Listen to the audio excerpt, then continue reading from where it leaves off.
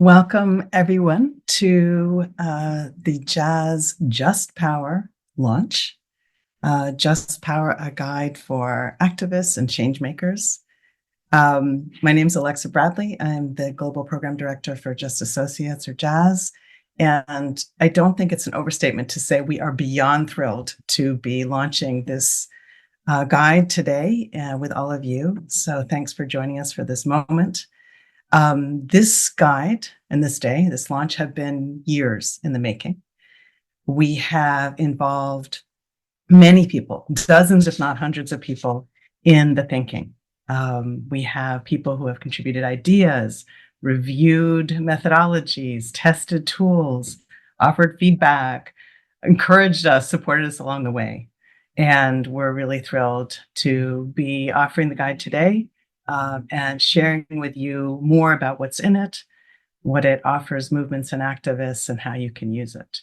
You notice on screen we have a poll. We encourage you to just take a few minutes in this entry to the program to fill it in and let us know your thoughts. All of you that have contributed to this guide who are here with us today, we want to thank you, and we hope you see your fingerprints all over it. Honestly, had we known that it would take this much time and effort to finish this guide, we might have turned back. But Jazz has a longstanding commitment to share back knowledge and resources that we develop in our movement accompaniment work back with communities from our beginning. In 2002, with Jazz's founding, we launched, as many of you will know, the New Weave, an action guide, which was really our opening offer to activists and changemakers everywhere. And today we're here to launch what we like to think is the latest and greatest. There's been many things along the way, but this new guide is something we feel is really special and really meets the moment in very particular ways. So we're happy to be sharing it with you today.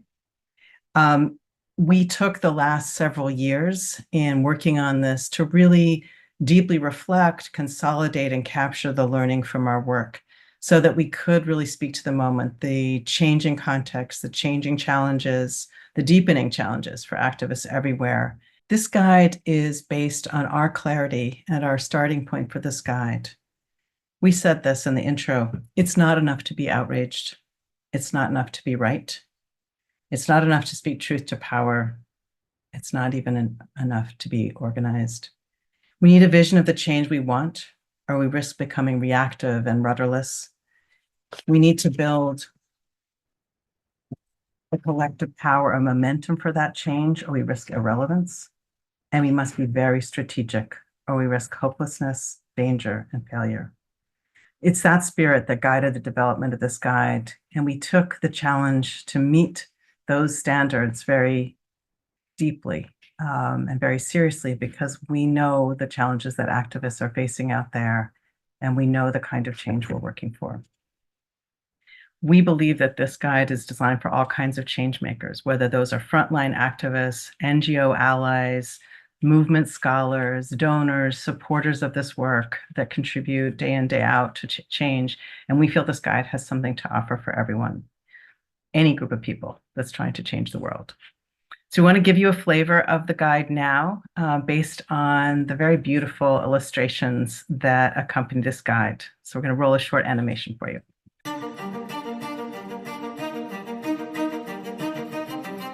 We're in a time of crises and turmoil. Powerful forces divide us and erode our rights, democratic gains, and our hopes for a better future. But there are cracks where the light gets in. Activists and movements always find a way to push back against the wrong and organize and to dream of a better world. To navigate these times, Jazz offers this up-to-date resource rich with ideas, tools, and vivid examples. We've drawn on decades of transformative change with fierce communities across the world to create a learning journey from vision to strategy. Anyone, anywhere can use the Just Power Guide to understand and to block or build and transform power. Power can be oppressive and violent, used to exclude. But power is dynamic and always contested, and it can be a positive force, bringing us together and essential for making change happen. The Just Power Guide takes you on a hope-inspired journey, beginning where you are, who you are, and what is affecting your community. We look at power from the most obvious and visible to the imperceptible but most pervasive. The Just Power Guide is online in English and Spanish. For everyone, grassroots activists, students, social media lovers, movement allies, NGOs, researchers, scholars, and donors, to help you craft smart, effective change strategies to build a more just world together. This guide is for all of us who refuse to let go of a better, more just, more liberated, more beautifully thriving future, and are ready to come together to fight for it.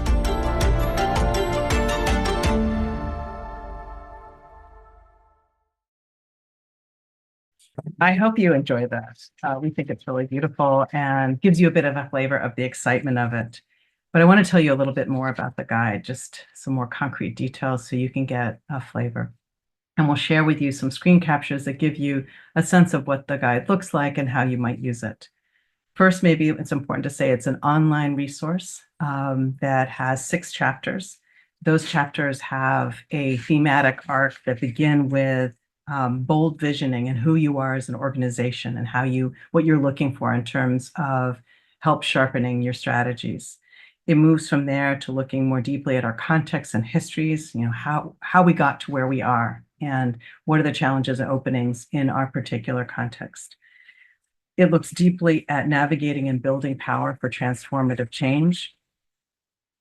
It takes on the challenge of working across difference. We don't have the luxury, as we know, to just work with those that are 100% on the same page or that we feel comfortable with. We need to forge alliances across difference and address the power inequities and challenges that presents.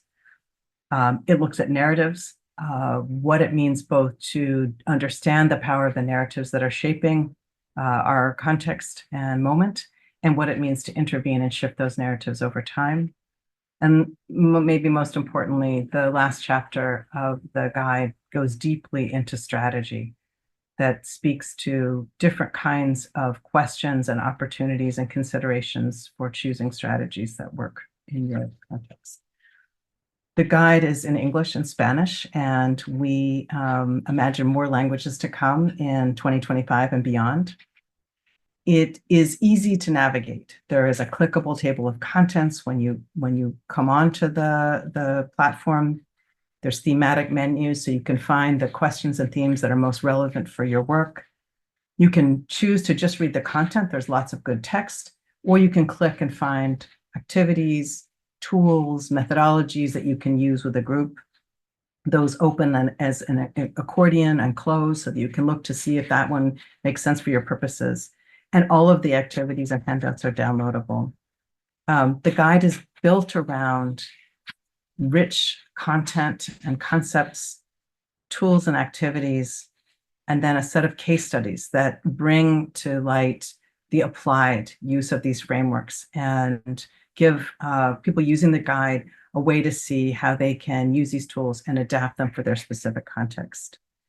To give you more of a behind the scenes look at this guide, we're going to talk to various people who have been part of the creation of the guide and accompany its development, about why it's needed, what it offers, and how you can use it. So to start with, I want to begin by bringing Shireen Esoff, the Executive Director of JAZ, and James Savage, Program Director for the Fund for Global Human Rights, who has long accompanied this project and encouraged us over the years. Shireen, James, welcome. Oh, good. Wonderful. Welcome, James. So good to have you with us. I know you have been persevered over the years with us with this guide and encouraged us along the way.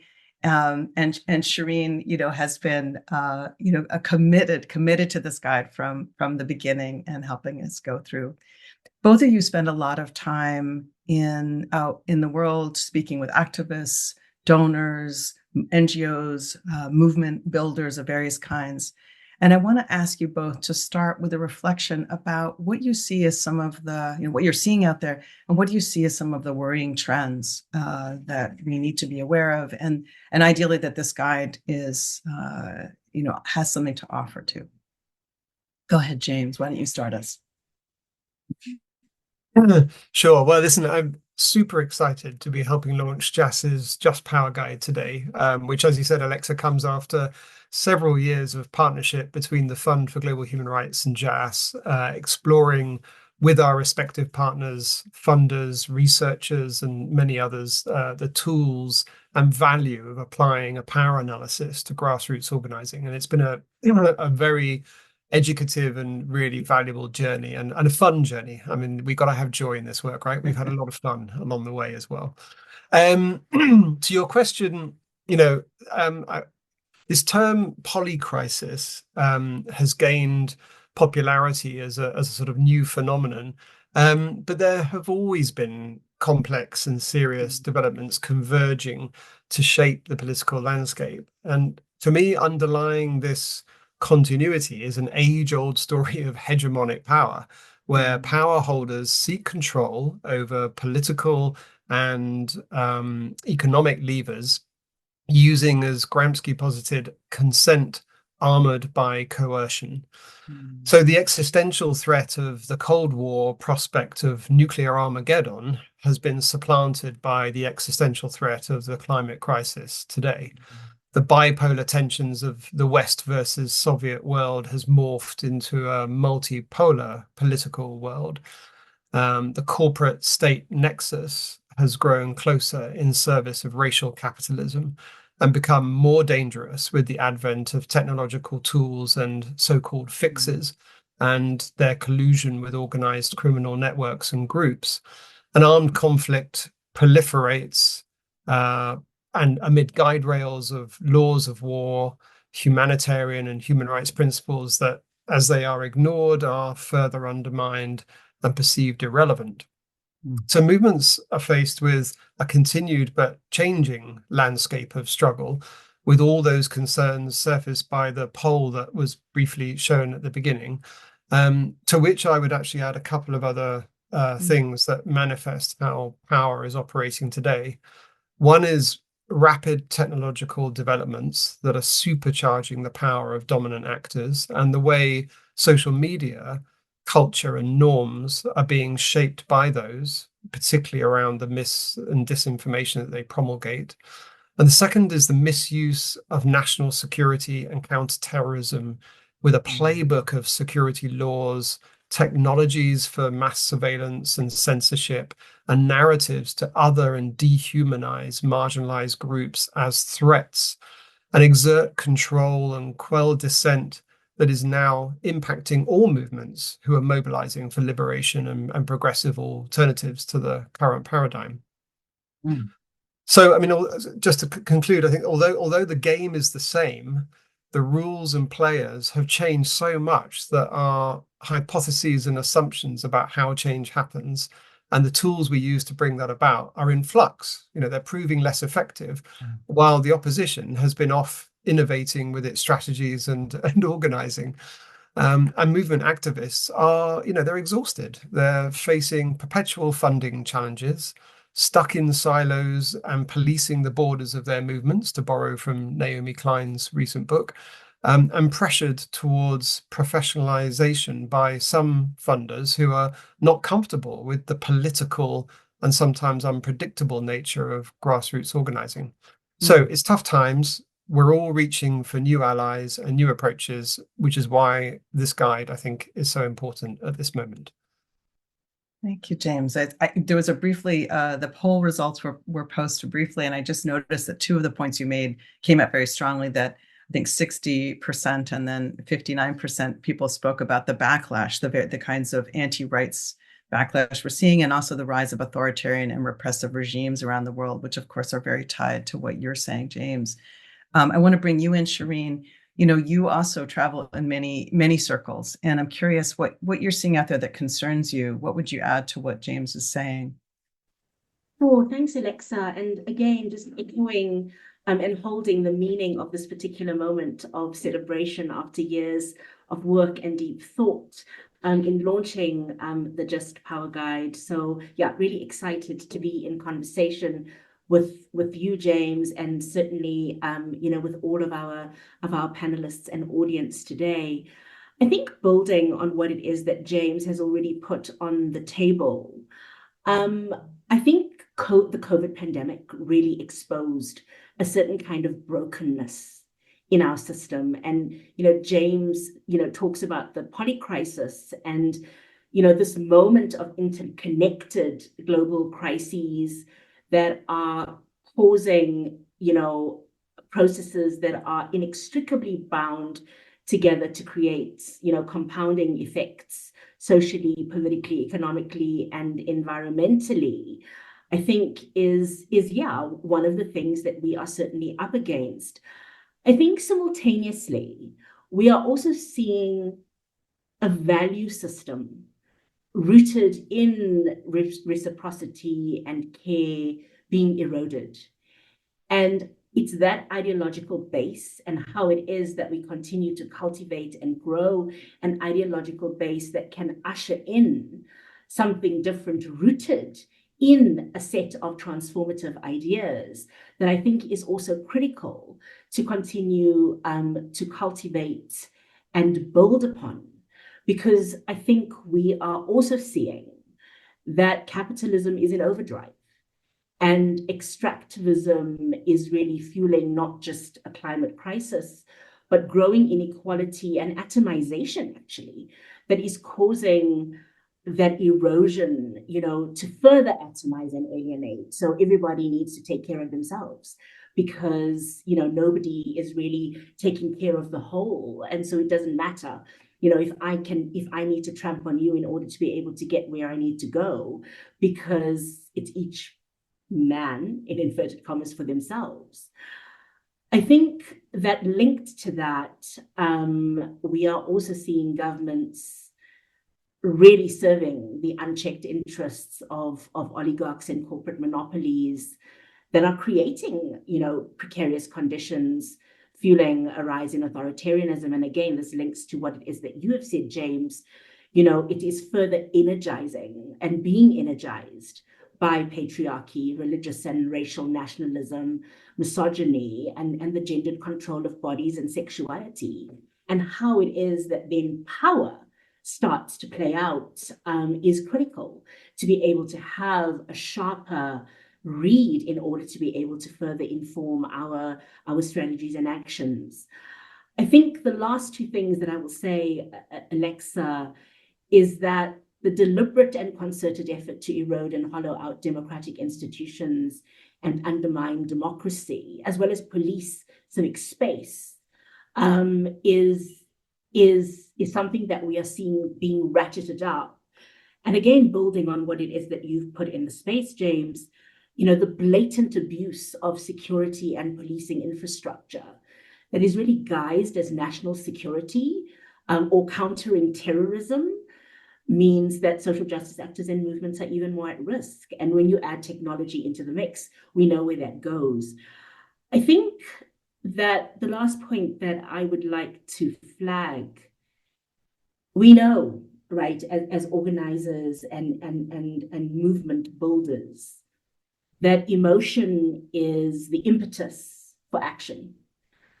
And I think anxiety, grief, despair, and uncertainty are rife right now. And they are serving to demobilize and weaken both the ideological base and value system, but also demobilizing action. And I think that the Power Guide offers an invitation for the centering of a politicized care and joy and reciprocity, as well as the meaning of leading from a place of politicized love as a way for care for the planet and the care for humanity. And so I think that's what I will leave you with for now, Alexa. Well, I'm going to jump in on that, Shireen. I'm curious also, I mean, you've painted a very dire portrait, frankly. We're up against some very, very tough dynamics. Some of them, as you're saying, James, are sort of morphing from challenges we've always faced. They're not all new, but there's some new dimensions of all that. And I'm curious at the same time, what you see as potentially some hopeful trends, partly because, as you said, Shereen, I thought that was interesting about sort of the emotional dynamics of despair and fear, and those kinds of emotions can also tamp people down, right? That there can be a level of resignation that sets in. And so I'm curious where you see promising trends and where this guide might meet some of those trends, or people that are finding ways to act even in these difficult times. So either one of you can jump on that, and you want to start, Shereen? Okay. Look, I mean, I think we've seen some really inspiring triumphs of people power around the world. And I would point to, for example, Guatemala, right? Indigenous-led popular mobilization stopped the corrupt elite from holding on to power by betraying the popular vote and really ushered in a complicated but hopeful transition to democracy. I think in Kenya, in the last number of months, we've seen a Gen Z youth-led uprising, overturning an IMF dictated tax measure, and the continuing mobilization under difficult circumstances, because power, morphs and consolidates in a range of different ways.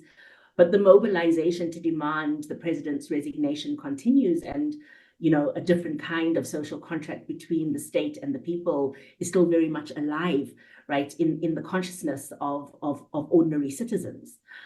I think we've also seen global protests at scale, right, against genocide, electoral surprises, and in other examples that I think are not always visible, but that are present certainly in the work that Jazz does, working with communities and movement networks and formations. We see from nationwide game changers to really local survival strategies, and the constant organizing and action, amid attacks, I think is something that certainly gives us hope, because history tells us, right? The history of liberation movements and struggles tells us that it is that work. It is the work of long-term power building, including activating movements and movement infrastructure, that is critical to be able to push back. And I think that the guide really aspires to meet that moment, because it provides a set of tools, processes, concepts to not just navigate the complex times, that James and I have been speaking about, but encouraging really complex organizing strategies and tactics to read power, to build power, in a way that, as I say, can sustain the building of movements, but also the building of infrastructure, to be able to sustain the energy, the organizing, the demands, the accountability.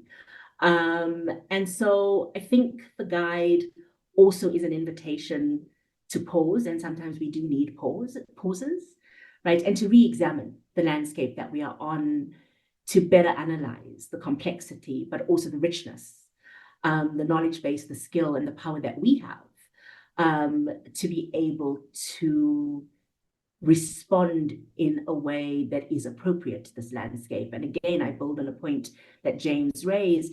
We are in a different time.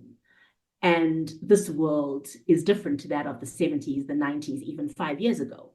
And the guide invites honing of that read and accompanying strategies to be able to activate feminist, multi-generational, multiracial, transnational movements and solutions that I think really draw on our stories and histories to inform that analysis of power, narrative, strategies, and action, and rethink the new and reimagine the we in creating the world that we want. Thank you, Shereen. That leaves me a bit more hopeful. Thank you for that. That's right. It's never all, as we said in the video, there's cracks where the light gets in. James, I wanted to ask you the same question, what you see as some of the hopeful things out there from your perspective, and how the guide might be useful in those contexts. Yeah, because I think we do have to be careful when we paint that dystopian picture that it doesn't become disempowering. Because while we're painting it, also there is an alternative picture. There are some fantastic things that we can point to, and so three that I'd point to is, and this picks up a bit on some of what Shireen was just saying. I think cross-movement organizing. Movements are recognizing that some of those sort of silos that have been created, and sometimes the divisions that separate us, are actually being fostered and exploited by state and private actors for control and gain, and to limit our potential for building the collective power for progressive futures that they find so threatening. And I think, the way that we see the kind of climate movement and the advocates of digital rights and privacy increasingly kind of working together is just one of like loads of examples. And the second is around mobilizing around values, narrative, and culture. So I think there's a growing awareness that directing policy demands at state actors does not shift power sufficiently to deliver systemic change, as important as it is to make those claims, and that building power for change also requires shifting worldviews and commonly accepted ideas of what matters, who matters, and what change is needed. So I see movements are increasingly engaging in values-led, like you were saying, Shireen, values-led narrative and culture change to popularize ideas that dominant powers want to keep on the margins, and they want to frame them as radical or as naive or even as a dangerous security threat. And I think here the sexual and reproductive rights and LGBTQI plus movements have been amazing at the forefront of this, actively cultivating these strategies with tangible successes in places like Ireland and Argentina. And then the last thing is the next gen activism that you were talking about, Shireen. The youth-led movements that are tech savvy, they're bringing creativity and humor, they're cultivating shared leadership, intergenerational solidarity, and they are embracing the well-being and collective care that we have long talked about being an absolutely critical core element of long-term movement organizing as central to the process and the purpose. And I think the recent anti-corruption protests in Kenya are a fantastic example of that. And so with that kind of happening, I think the guide is an amazing asset to bring into play, because it helps us understand complex contexts. Given the nature and complexity of the current form of hegemonic power and how much of it is located in opaque, hidden places with non-state actors and within dominant social norms, building power for progressive change requires a deeper, richer understanding of the actors, their relationships, and the modalities that confront movements. So I think the guide helps break down what can feel like an overwhelming dystopian landscape and makes the intangible more concrete. It then links diagnosis to strategy to more effectively utilize the entry points and the levers for change that deeper analysis suggests. So it's a really helpful kind of way to work your way through the context. And the second thing I think is it supports the collective visioning and narrating the story of we and of an alternate future. Because I think movement activists, exhausted with some existing ways of organizing and the harm and the trauma visited upon them, activists are seeking new solidarities and strategies that can disrupt and transform the dominant economic model and the political makeup, and the people and processes that can craft collective visions and narrating the story of change towards those. So, like you said, Alexa, the section in the guide on narrative and power really resonates for me, partly because it internalizes the story of we to help address the movement silos and forge the cross-movement solidarity and agency, and then connects to the growing field of narrative change that is critical in building popular support for radical ideas to become mainstream. So in short, I feel like it's a really hopeful guide for challenging times and a critical tool for transformation. Thank you both so much. I think, this over the years of working on the guide, this is exactly the kinds of challenges we've been wrestling with and trying to think what are the tools we can offer. And so you both articulated, I think, beautifully, some of the daunting challenges, but also where, how this guide might help people find the entry points and do the kind of hopeful building that you're describing, James, of, readying ourselves as activists and movements to create bigger change in the future as we go. So thank you both so much for being with us. Really interesting way to start the conversation. I'm actually going to invite you, Shireen, to take us into the next section where we're going to hear from those that are the lead authors on the guide. So thanks, and over to you, Shireen. Great. Thanks, Alexa. I just want to speak to the fact that my audio may be a little low. We are aware of that. Unfortunately, I have a very unstable connection in Zimbabwe. So I'm going to try and speak up and hope that that mitigates the unstable connection. Let us know if it does in the chat. But for now, I'd really like to, it's my pleasure actually, to introduce Jethro and Lisa to join Alexa in a conversation in this next segment, when we are really going to be exploring in a little bit more detail the process of producing the Power Guide. If you click on the resource link in the chat, you'll be able to access the bios of Lisa and Jethro. But in this moment, as well as Alexa, I'd like to invite you all to join me. A warm welcome to you.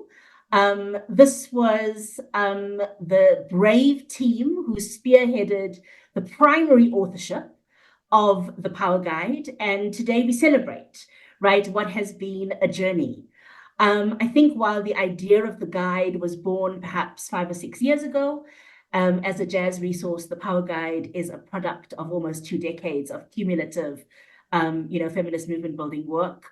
And in the last number of years, as you, Lisa, Jethro, Alexa, with many others, worked on producing the guide, many things changed. We went through a pandemic. We had a number of global uprisings and meltdowns. We had, a context that continued to morph in the way, that James and I alluded to earlier, as well as backlash and the emergence of much more consolidated right-wing and authoritarian movements. And so today, as you look back, what have been some of the most important insights about power, about movements, and about strategy that arose for you, during this time? So let's start with you, Lisa, and then we'll go to you, Jethro, and to you, Alexa.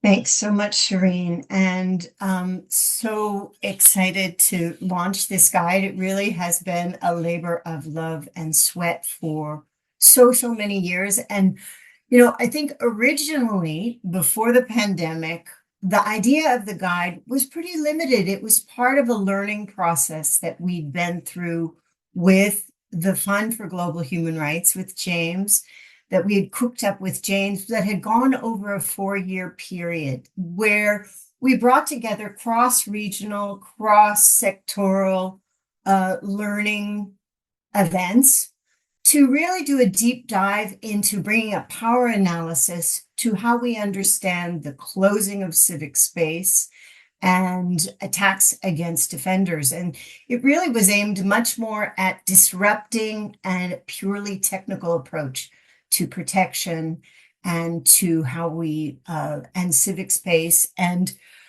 bring a much more collective approach, a movement approach. And then the pandemic happens, right? Which is a massive moment of rethink and struggle for all of us. And it wasn't just the pandemic, it was, a coup in Myanmar and the unbelievable mobilization there, the coup in Sudan, and the extraordinary, when we think of Sudan now, we can hardly imagine. It was the movement for Black lives and the amazing creativity in a multi-generational set of movements. And so we began to see power really differently and felt like we really needed a different angle on this. And this was an opportunity to really begin to develop tools and concepts of things that have been, we called it hiding in plain sight, right? But that we needed to say out loud. And I think I'm going to share just two. One is, and I saw in the chat, Layla Billing put in, the quote from Audre Lorde, there are no new ideas, just new ways of giving those ideas we cherish breath and power in our own living. And that is absolutely true about this guide. It really draws on histories of work that many of us have had the opportunity to, over many decades, be part of, but also a whole new generation of ways of doing work. And so there are some new takes on things where we can say these things, where we see things that we hadn't seen before.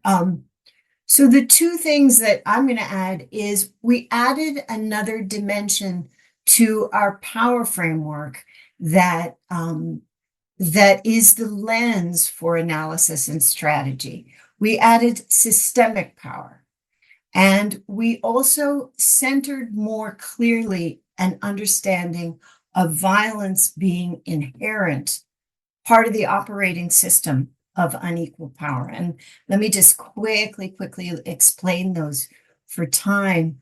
For those of you who don't really, haven't really seen much of the power framework. The power framework originally understands power and strategy, looking at three interconnected forms and dimensions of power that look at visible power, which is formal decision making, where we do our policy advocacy, our legal work, really targeted around the formal structures of decisions. It looks at power from the perspective of hidden power, which is the forces that shape what's decided and what comes to the agenda. And here's where non-state actors have an outsized role, right? It's what lands on the table when we get to decide about climate issues and energy issues is dominated by the fossil fuel companies, for example. Then invisible power is a really critical and foundational dimension of all of this, which is the norms and beliefs that we all hold, that are socialized and internalized, and that are reinforced by narratives that are mobilized, that tap into and reinforce prejudice, othering, confusion, doubt, etc.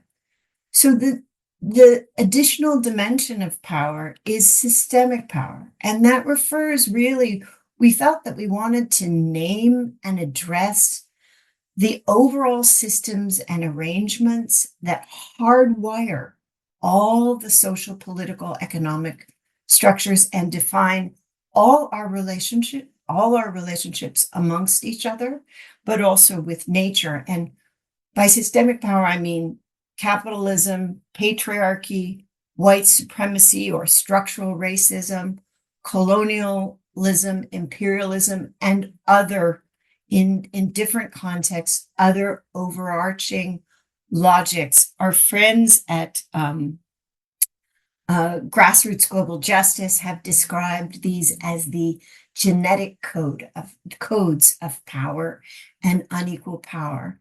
So when you think of, for example, how capitalism sets the code, it really is normalizing to a degree of invisibility the idea of growth, extraction, and exploitation of nature and labor, and even our own DNA as something that is natural and essential. Or with patriarchy, the devaluing of care and the creation of a dominant subordinate arrangement that normalizes the use of power and control over the decisions of one's body, for example. So these codes, being aware of these codes and really thinking about how they work in the larger system is really helpful in terms of strategy and here really focusing us in on the importance of reimagining and the importance of a larger vision of where we're going and the importance of how we organize in disrupting these codes and the ways that the dominant, subordinate, exploitive logic enters all our relationships despite our really good intentions. I think the second really critical piece that I mentioned is violence as the operating system in unequal structures looks at, you know, it's not that violence and the use of violence is an aberration, but rather a dynamic that is a inherent to the struggle around addressing inequality and injustice. And so it gives us a different way of thinking about how change work. It introduces the idea of assume backlash, assume conflict, mitigate conflict, to bring about positive difference, anticipate it. And it also reinforces the importance of centering safety, well-being, care, and new ways of leadership in how we organize. And to really think about strategy as a much more dynamic process and not one that is linear. So we make this joke that it's really about physics, action and reaction, and not about arithmetic. Great, thanks, Lisa. And on that note of physics, Jethro, I'm going to turn to you. I mean, you've had deep and long history of work thinking about power and movements. And given where you are and what it is that you are seeing, what are some of the important insights about power, movements, and strategy for you? And how did these shape the guide we are launching today? Thanks, Shireen. And I think that one of the things I would start by saying is that one thing I've really admired about the Just Associates network of activists around the world, the feminist movement builders, many of whom are present here today, is that power analysis has always been connected to strategy and action. It's not just an exercise of rehearsing all that's wrong with the world, but really thinking about, sort of if then, well, if this is going on, then what do we do about it? So, I think that element of strategy has really always been there. And I think the guide elevates that to another level by going into a lot more depth on strategy, which we'll talk about in a moment. But one of the things that I think it's not necessarily different, but perhaps an emphasis is that when we do power analysis, either as activists or even as sort of movement scholars, there is a tendency to gravitate to understanding these dimensions of power that Lisa just described as all bad, as sort of negative, as forms of coercion, domination, submission. Um, and that's important because they are. We do need to recognize that and expose them and resist them and address them. Um, but I think one thing the guide does this time that maybe is helpful, we hope will be helpful, is that we try to take a step back from those dimensions of power and to think of them not only as forms of domination and coercion and control, but as contested arenas. As you were saying earlier, there are always opportunities and possibilities for pushing back, for resisting, for building our own power, for transforming the power in that arena. So I think it's just, partly a question of language, but also just taking a slightly different angle. And so we've decided to call them arenas of power, for lack of a better word, but as an idea of it as a space in which we can not only analyze what's bad, but also mobilize what's good. not only push back, resist, but also create and build. Um, we can challenge. We don't necessarily have to jump, automatically reproduce these structures that are inherent, but we can resist them and we can restructure. And there are a lot of sort of lessons that I think we've learned about um, not getting caught in that paralysis of analysis. And I'm sure I'm not the only one who's sort of gotten to the day three of a workshop when we've been, looking at all the power out there. And suddenly it's like afternoon of day three, it's like, what are we going to do? And, action and strategy. And we kind of go away with a little bit paralyzed by the whole thing.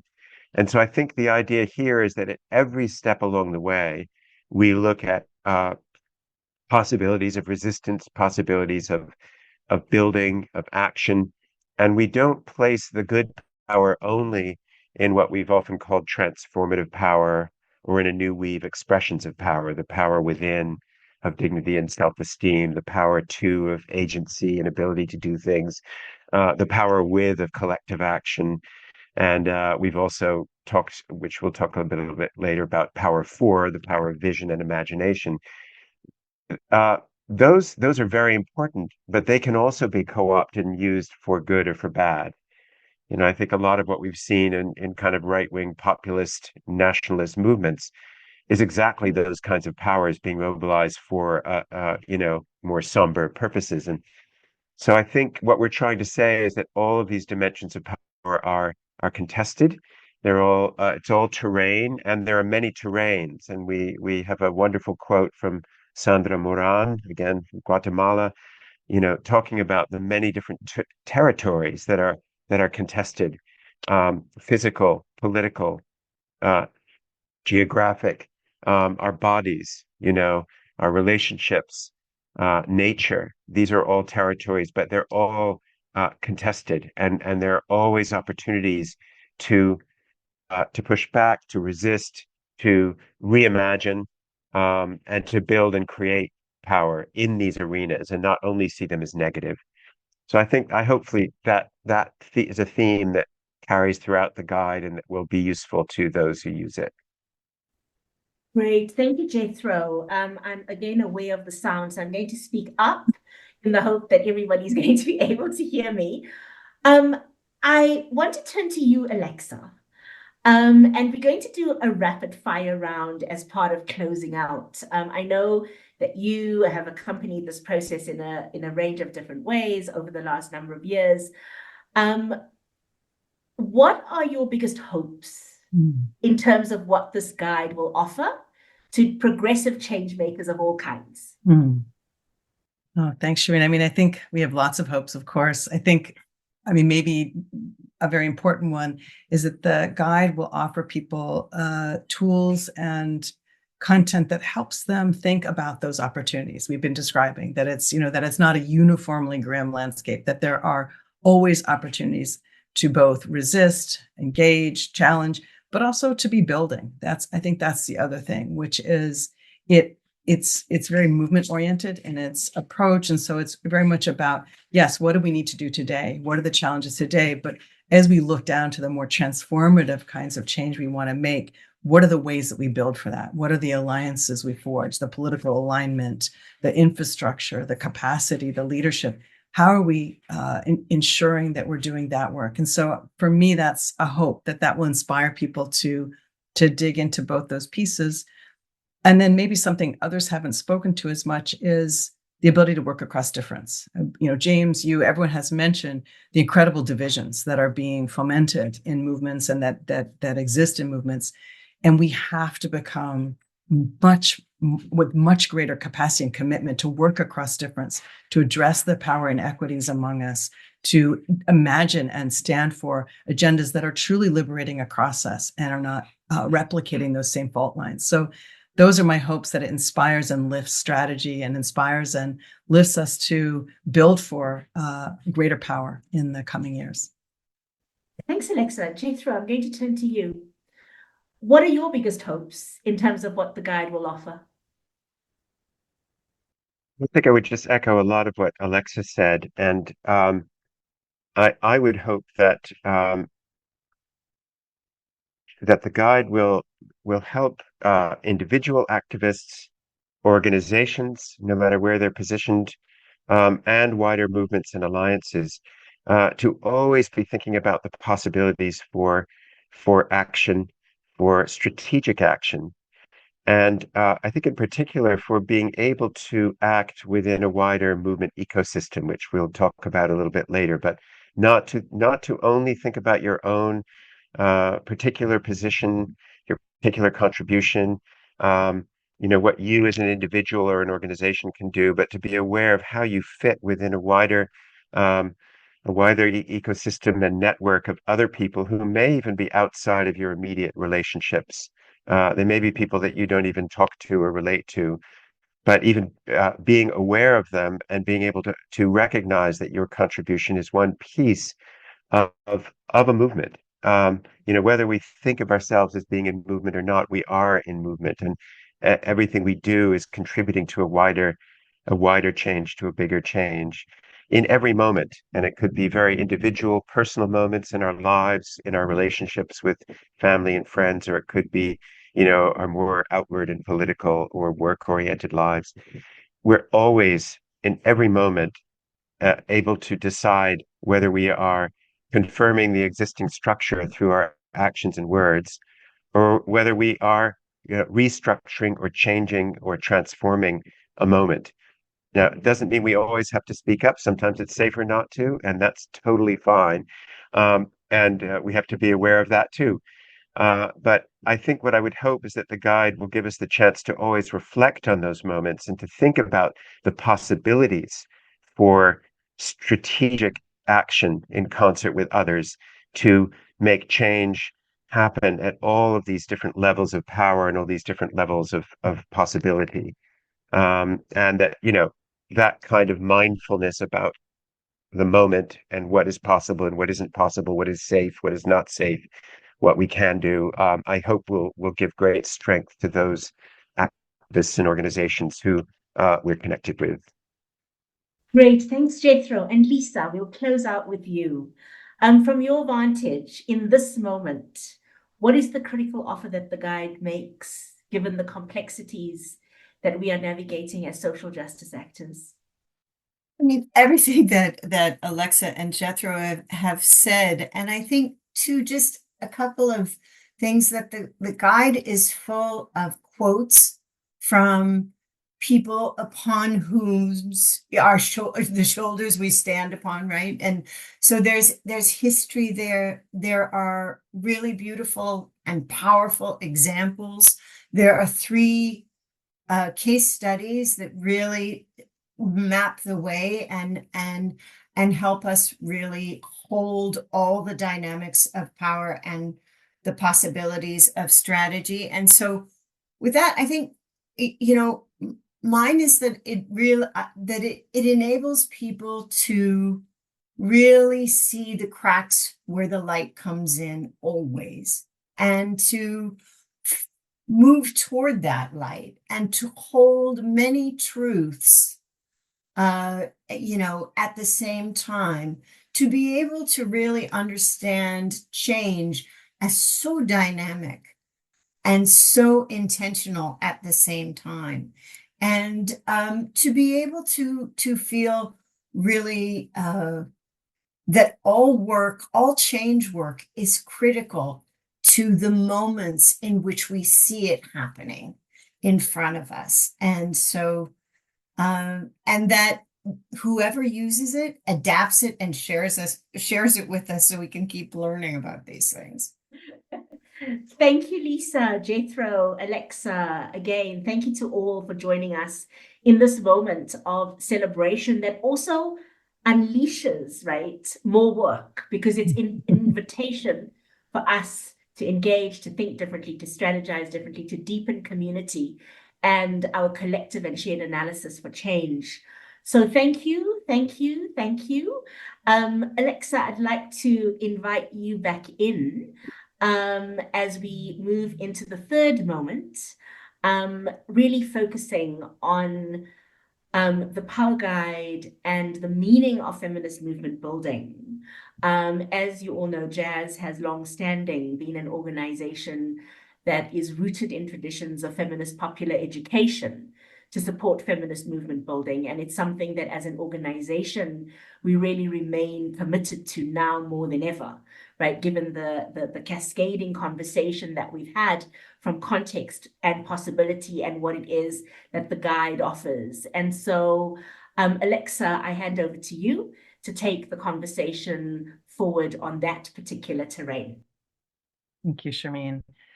I think what is important to say is that as I mentioned in the beginning, that all of what's in the Power Guide has been thought through, tested, tried. These are not abstract tools and resources. They're resources and tools that have been used in context, tested and tried. And we felt it was important to share with you some of the ways that these objectives are what they're offering to activists in real context. So I want to invite a number of people who've been working with those tools in different parts of the world: Orfe Castillo, Zeph Rapolo, Vivian Mentor-Lalao, Shireen, and George Moi from Kenya.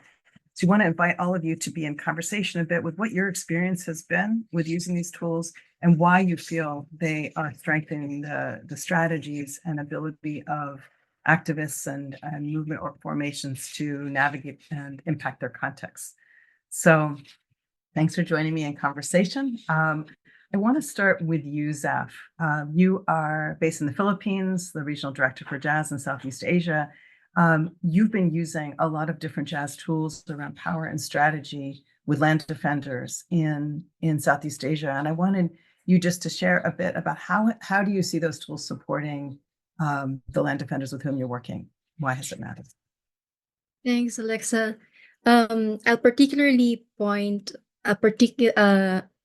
out to this particular toolkit, which had been, I think, in the last 18 months, been up and running on the ground here in Southeast Asia. This is the toolkit we call Behind the Scenes of Extractivism. It's a toolkit that equips activists, community organizers with tools and knowledge to track particular investment chains, identify intersecting enablers, and build strategy around pressure points. And we were given an opportunity to run this particular section of that toolkit in the Cordillera. This is the northern part of the Philippines, where there's a vibrant community and a long history on defending land and territories. So these they have defeated the World Bank in the 70s and 80s and have won against the construction of this mega dam project, the Chico Dam. And so just a bit of context, the participants of this process are actually seasoned activists. As mentioned, they have been on the front line of several years of struggles and have brought with them long history of defeating colonial powers, including a lot of corporations that have intruded and extracted in their ancestral land. So we did a lot of adaptation to meet the particular need of the community. So we run the process, and on the last day, and I think some of our panel had mentioned that on the third day, on the last day, it's dedicated on strategy. We kind of step back a bit because we recognize that there's really long history and knowledge and skills in the space, and we want them to also put forward from what they're hearing and what they've learned from a few days being together. How would strategy morphed into the last day?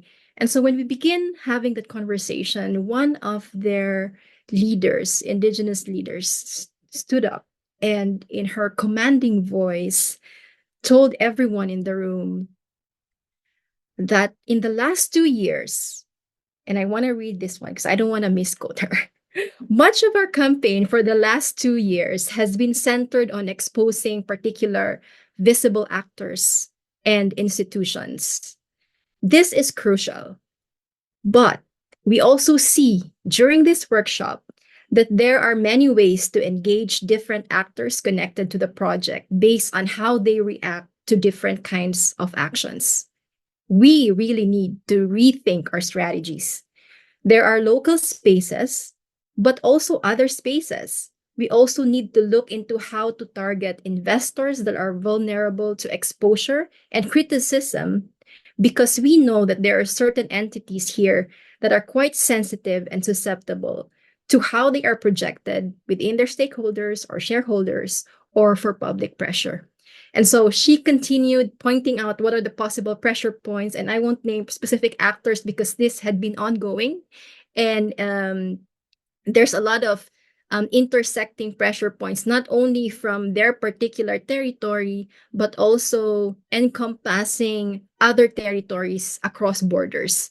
And so I think the power of this toolkit enable us to see the intersections, but also allow participants, particularly movement organizers, to find other ways to assess and re-strategize and where they can impact the most pressure, while also pointing the direction of where can they build and re-strategize around. And so I think fast forward from that last 18 months, 4 weeks from now, we're opening a school, and I'm launching this to Alexa. We're opening a school that's focused on following investment chains, because we have seen the power of the toolkit, and it can be an approach and a tactic for cross-border collaboration, not only around building pressure points, but also pointing us out to strategic engagement of building allies and networks across borders. And hearing from Lulu, the indigenous leader that had made that particular comment, I think this toolkit is very much telling of how feminist popular education can accompany movement and why it's important to sustain organizing work and leveraging that to build power. Wow. Thank you, Zeph. I love that story. That's such a great story. And I think it illustrates how these tools in the hands of people that are confronting real challenges can really open up possibilities for strategic action and, both short and long term. So thank you so much for sharing that. I want to turn to you, Orfe. Orfe is the regional director, Jazz's regional director in Mesoamerica, based in Mexico City. Orfe, for many years, Jazz Meso has had the Alchemia School, a deep investment in political feminist leadership and movement leadership. And I want to ask you a bit about why that investment and how over time you see the sharing of Jazz's tools and resources through that school to strengthen the leadership and movements that you accompany. Thank you so much, Alexa. Thank you, everyone. Thank you to everyone who joins us today. Political formation, education, and training with feminist popular education at its heart has been fundamental for us to think about our strategy. It has helped us to do a much more detailed context analysis, and it has helped us to learn in many different ways. As you mentioned, in Meso, we created a course for political facilitators, and we created this process with different organizations. We think of it as feminist alchemy, and it's something that helps us to refine our strategies, but also to rethink about how this systemic logic affects us and defines us in certain ways. And we think of a feminist political formation as a way of building dialogue, as a way of thinking collectively, critically, and building power collectively, which helps us to understand, to dialogue, and it helps us to improve our political practice. One of the principles of feminist popular education, of theorizing and praxis and reflection, that has been key for our formation education processes.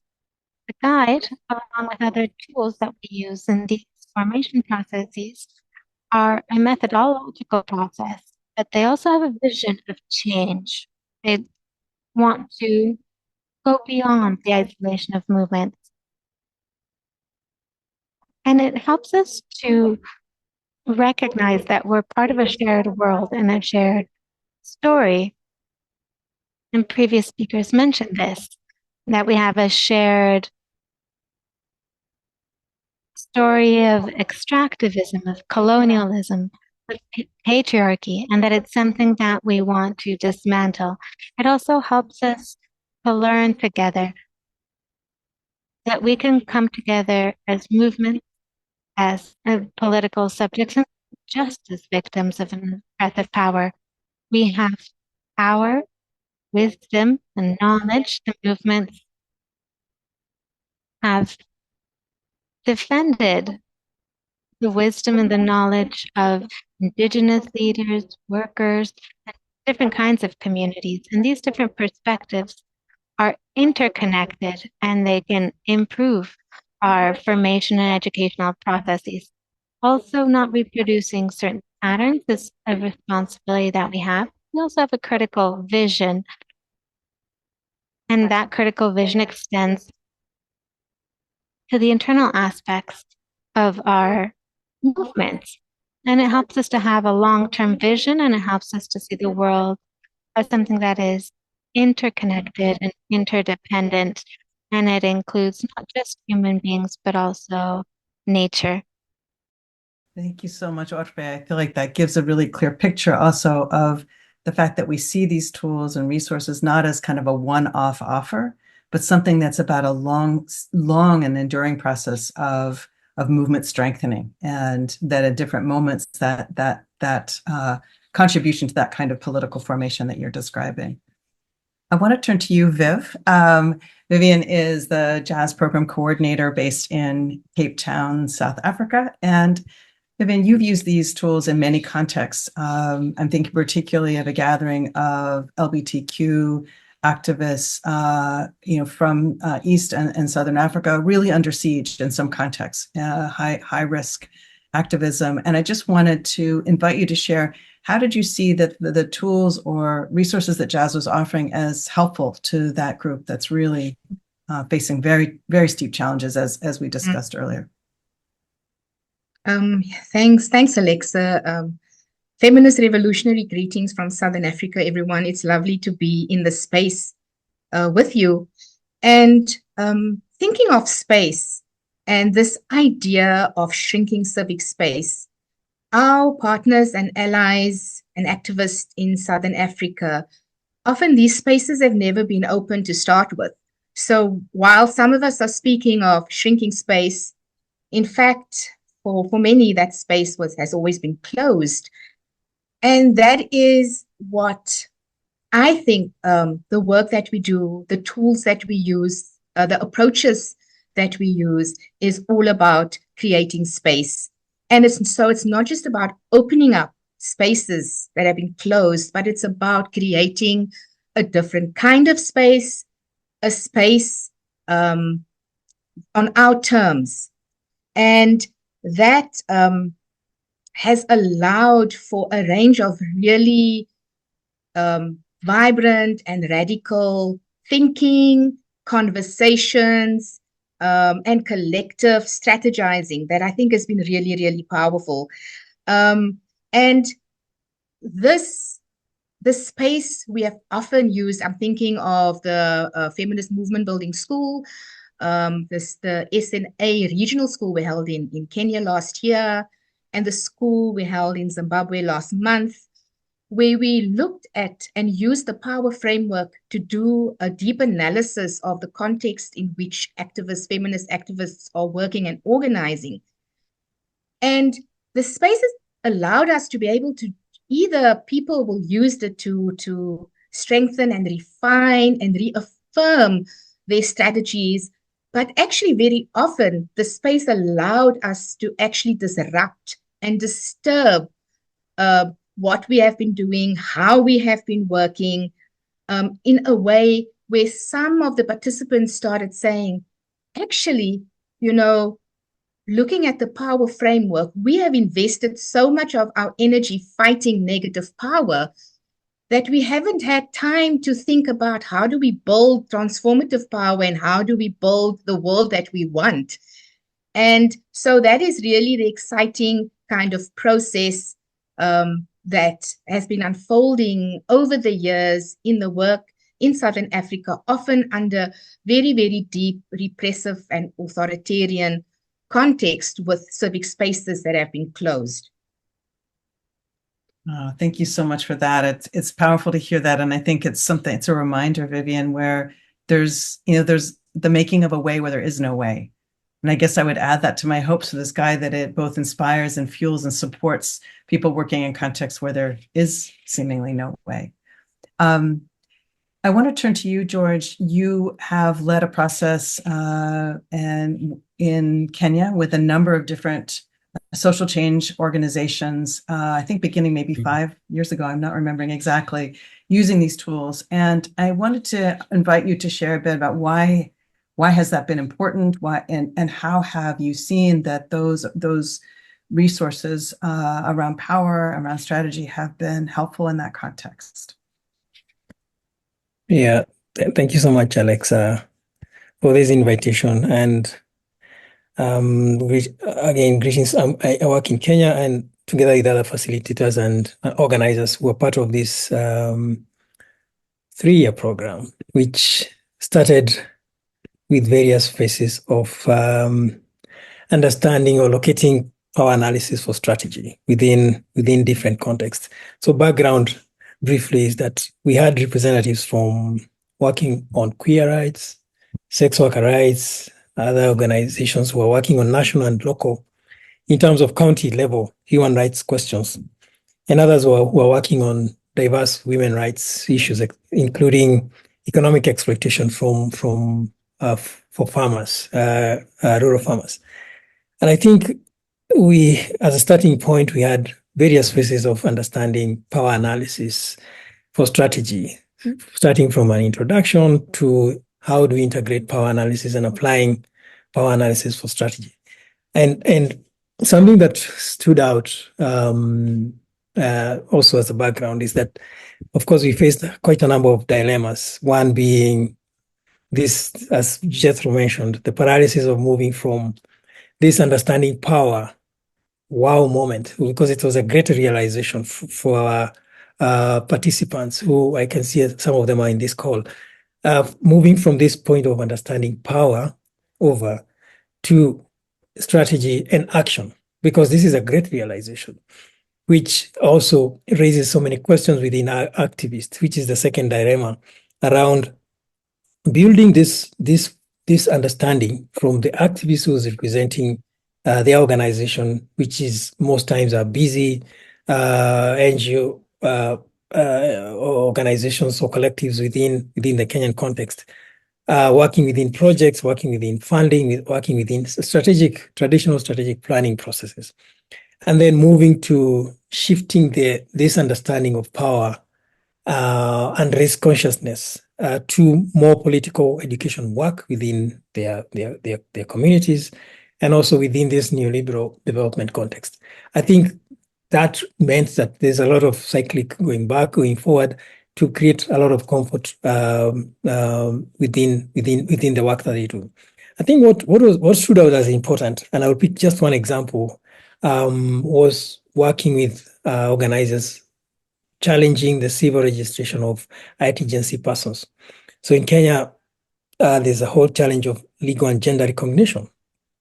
And as a facilitator, I was thrilled by the fact that organizers were able to look at civil registration of IT agency persons more broadly and realized how deep the issue is in terms of the process of changing legal names and the process, which is a right within Kenya, but the process involved there and the dynamics that are involved, the people and the actors, the state actors especially, who are involved into the civil registration question, and the cost imbalances and the exploitation especially of IT agency person. You find that in Kenya, it's almost about $1,000 or more for an IT agency person to change their legal names, and it is almost $10 or $100 for persons who don't identify as IT agency persons. And I think this was a powerful tool to expose the question, which means that the systems that are working to exclude people, to put people on the sidelines around one issue on civil and legal registration. So I think for me, this framework was a good starting point, like most of the speakers have mentioned, James and Shireen, who spoke that this gives a tool for organizing, a tool that enabled activists to understand deeply that the systems that they're fighting or they are resisting is more organized and tactful, and they're way ahead of most of us, because if you're working within a strategic plan, funding based, or an NGO framework, then we are more doing a lot of more legislative and serving certain points. I think it revealed the need to, most important, to work within an intersectional movement building, because the example I gave was real, that it was more than just a theory, that we need to work intersectionally into a point of understanding indeed all these systems are connected. We saw activists who have never worked across their organizing fields, understanding that women rights questions within a rural context and queer issues within a coastal region have a lot of similarities in very simple ways and relatable manners, beyond the concept of intersectional organizing or intersectional movement building.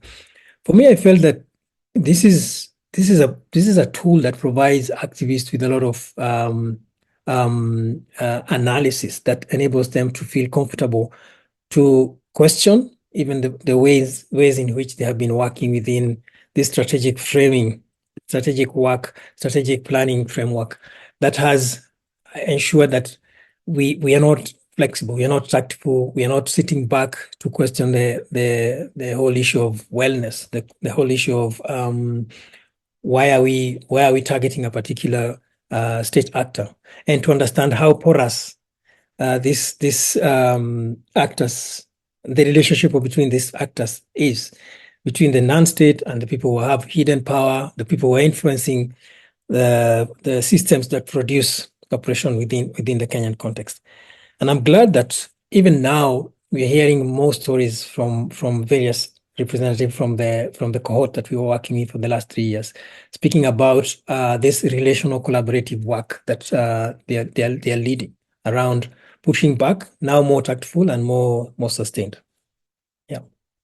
George, thank you so much. I feel like what you said have really captured the need and the offer of the tools to inspire questioning, to embolden people to imagine that there even are cracks that can be taken advantage of and build to help connect people across struggles, across transnationally and within contexts, and to really equip people to better take advantage of those openings and to feel that there can be change. I think that's really comes through in all your stories and in what you said, George. I want to invite Shireen back into conversation here. Shireen, we're reaching the end of our time together, and we want to, share the actual guide with you.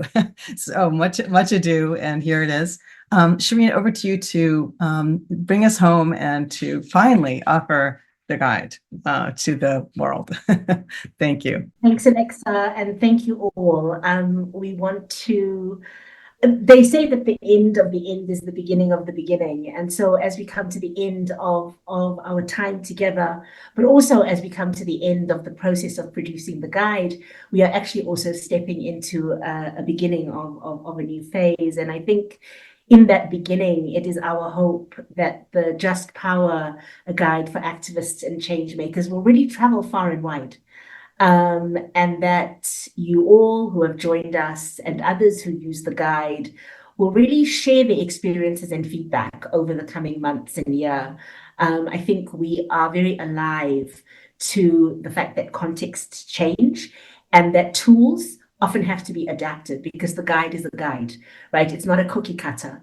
It's not something that can be just applied wholesale in any single context. It's how it is that one works with the various tools, how it is that one adapts to, the political moment, the context, the timing, the resource, the knowledge base that I think is critical. So we invite you, right, to join us in using the guide, in giving us your feedback. I think we also want to acknowledge all those in our community of practice who have contributed to the guide, over decades, facilitators, organizers, researchers, thinkers, popular educators, activists, because it really does take us all. And we are committed to investing in building that community, in journeying together as part of thinking about this work, but also making change happen. We really want to thank you for joining us in this celebration and this launch. We will continue to celebrate and reverberate in a number of different ways over the next number of months, including with some regional launches. So look out for that. And most importantly, we invite you to download the guide. So you will see in the chat some links pretty soon. Download the guide, share the guide, use the tools as we continue to build transformative collective power and feed and energize movement strategy. You'll see on the screen the link and the QR code to the guide. We're going to close out with something from our playlist. Feel free to stay and listen to the music as you are downloading the links, and most importantly, the struggle continues in a way that is disciplined, in a way that is focused, but in a way that is also joyful, and that centers, right, an analysis of power that allows us to build transformative and collective power for change. So thank you all. Be safe out there. And yeah, more soon. Thank you.